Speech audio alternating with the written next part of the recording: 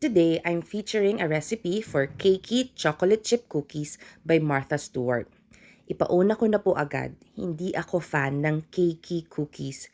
Pero para sa'yo to, ikaw na ang tipo ay lighter textured na cookie.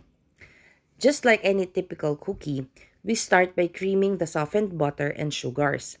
Importante ang creaming process para ma-achieve yung light and cakey texture. This will take about 3 to 5 minutes. Huwag kalimutan i-scrape ang sides and bottom ng bowl once in a while to ensure na pantay ang pagkakahalo. Now, we can add the egg and salt. Tapos, beat until well combined. Yes, dito pa lang po dinagdag na ang salt.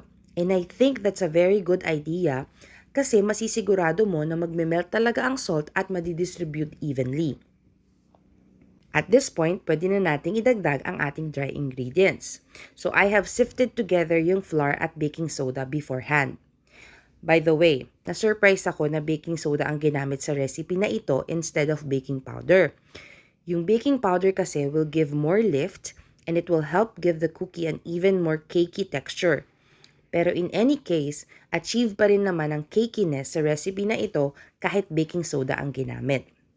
So as you can see here, I am folding in the dry ingredients. Tapos kapag halfway blended na, we can add the chocolate chips and mix until just combined. Since the dough is very sticky, let's put this in the freezer for at least 15 minutes before portioning. Tapos, ibalik ulit sa freezer for another 15 minutes before baking kung sakaling mapansin mo na masyadong lumambot na yung dough. And now, here's our finished product. I baked this at 350 degrees Fahrenheit for about 13 minutes. So ayan, tikman na natin.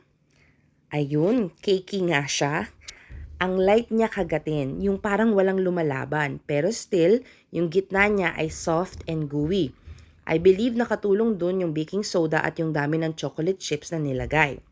Yung edges niya naman ay light and tender like a cake at wala siyang crunch. Overall, nasasarapan pa rin ako sa kanya kahit na hindi ganito yung favorite ko na texture. Kaya, kung cakey cookie ang type mo, dapat mong subukan tong recipe na ito. If this has been helpful, don't forget to subscribe and follow for more.